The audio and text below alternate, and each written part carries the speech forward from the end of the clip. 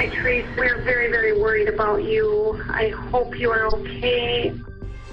Where are you? Please call us. Call Shelby, call Mom, call your work. We're looking all over for you. You need to call me right away. This was out of the ordinary for Altoona, Wisconsin, because things like that aren't supposed to happen. Those happen in big cities. Those things happen in Los Angeles, New York, Houston. They don't happen in a small town in western Wisconsin. But the sad fact is that they do. It was a crime that shocked that quiet community, a quiet street. Strangulation. Investigators won't tell us many details.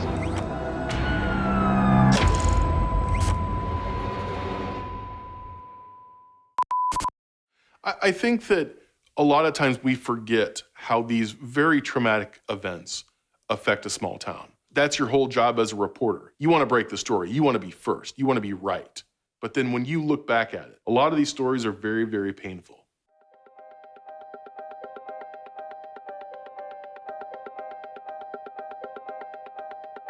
Joining us tonight, I'm Sarah Stokes. And I'm Chris Herzog. A missing mother, Theresa Still, was last seen at an Altoona bar Sunday night.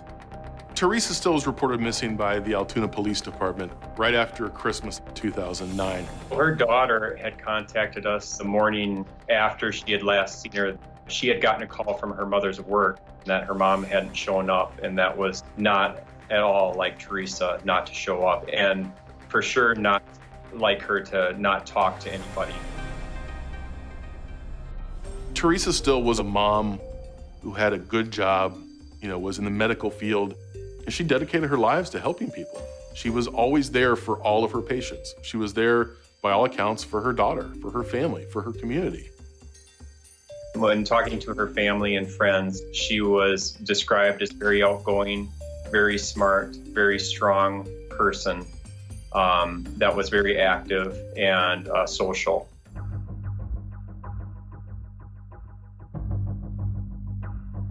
Greg Gubernat told me on the phone that he loves Theresa dearly. He also says it's very strange for her not to be in touch with anyone.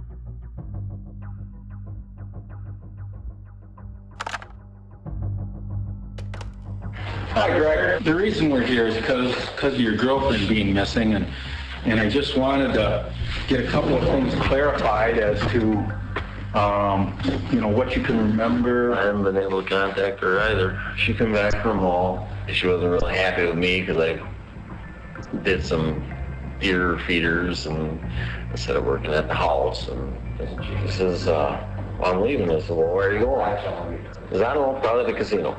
She's done it before. She's done it before? Oh, yeah. She's went to the casino and went right to work, right from the casino. She wasn't at work today, and didn't call. Right, which is not like Theresa. I'm beside myself. Often a police department will wait 24 to 48 hours until they file a missing persons report to be really sure. This case was a little bit different because the police department was fairly convinced that something had happened to her, and they didn't know what. And this was out of the ordinary for Altoona, Wisconsin.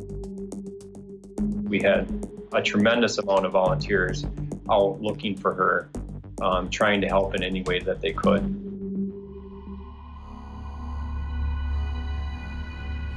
And then they found her car. No, that was the big story. They found the car. When we saw what was in the trunk of the car, we pretty much knew that we weren't going to find her alive.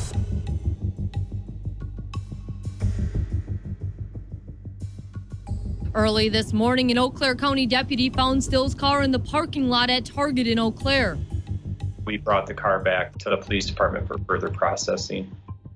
In the car was a bunch of her personal belongings that wouldn't make sense that somebody would leave, like her purse and her phone, were all still in the car. Personal items were suspicious, but there didn't seem to be any kind of a struggle or anything like that inside the passenger compartment of the car. We started looking in the trunk, and our evidence technicians found some fluid in the trunk that was Theresa's DNA.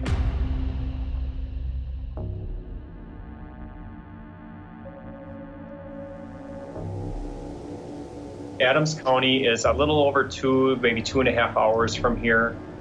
It was in a very remote, unplowed area of county forest. A hunter had contacted them. He had found a body.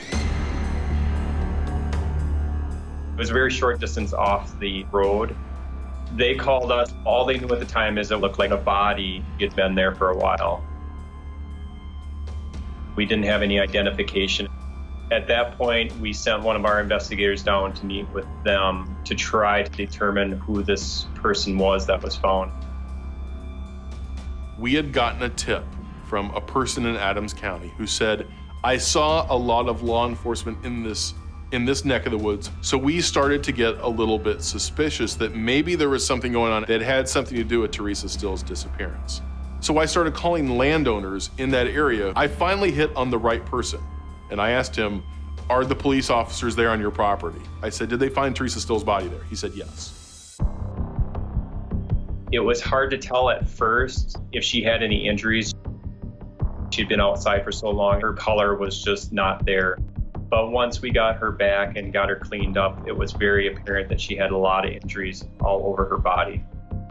And she had some head injuries. There was a number of things that looked like she had been strangled at some point, and for sure beaten.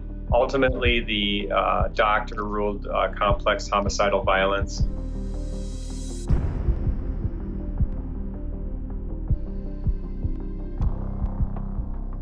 Once you get all the information, I think it starts to make sense on why she was found where she was found. And there was only one person who would have taken her there.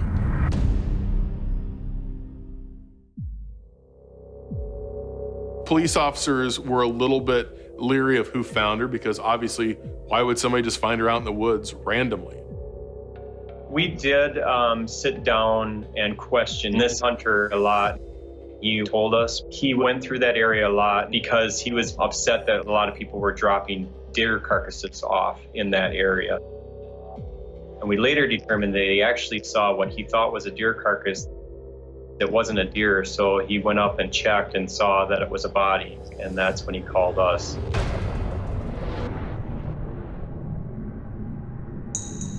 They talked to that individual and they figured out pretty quick that, he was not a person of interest. But why was she found 100 miles away? What correlation would there have been with Adams County and Theresa? Adams County is a very rural county in Wisconsin. There's lots of hunting land there. We learned that Greg, Theresa's boyfriend, his father had some hunting land which Greg hunted on frequently in that area.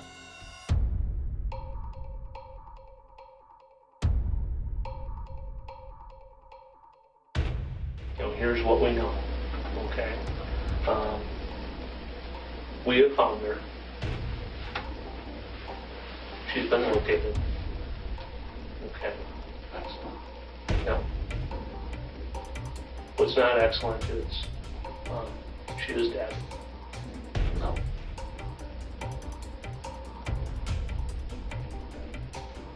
So we're gathering evidence, and that includes everything that we're finding. And I'll be frank with you, like I said, it points back to you.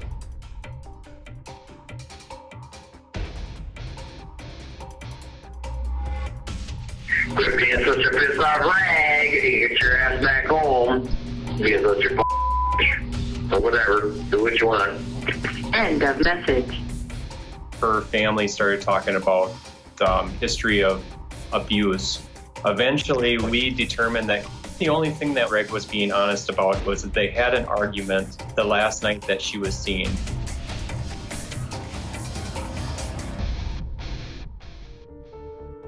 Thanks for joining us tonight, everyone. We have breaking news tonight. Greg Gubernat had told lawyers in the court, his side of the story is that there was other people involved in her death. He was not responsible. There was a couple names that Greg gave us, but those never panned out. We determined most of those were fictitious names. And we really tried to go at this and eliminate all possibilities, and it always came back to Greg.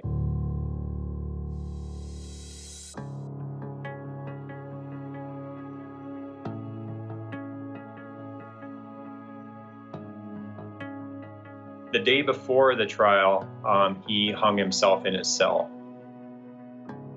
There was no jury trial, there was no conviction, no sentence, there's no closure. We, law enforcement and the prosecutor, are confident that he was the one that committed this crime. She was in love with a man who beat her on a regular basis. And I think she kept that to herself and she stayed quiet. And that's a very sad fact. Prosecutors got that man. They were gonna put him away for life. And in a lot of ways, he got away with it. As the media, we swoop in, we cover the story for a few days. There's a resolution, it all fits neatly into like a short story. And then we leave and we go on about our lives. But this changes their life forever.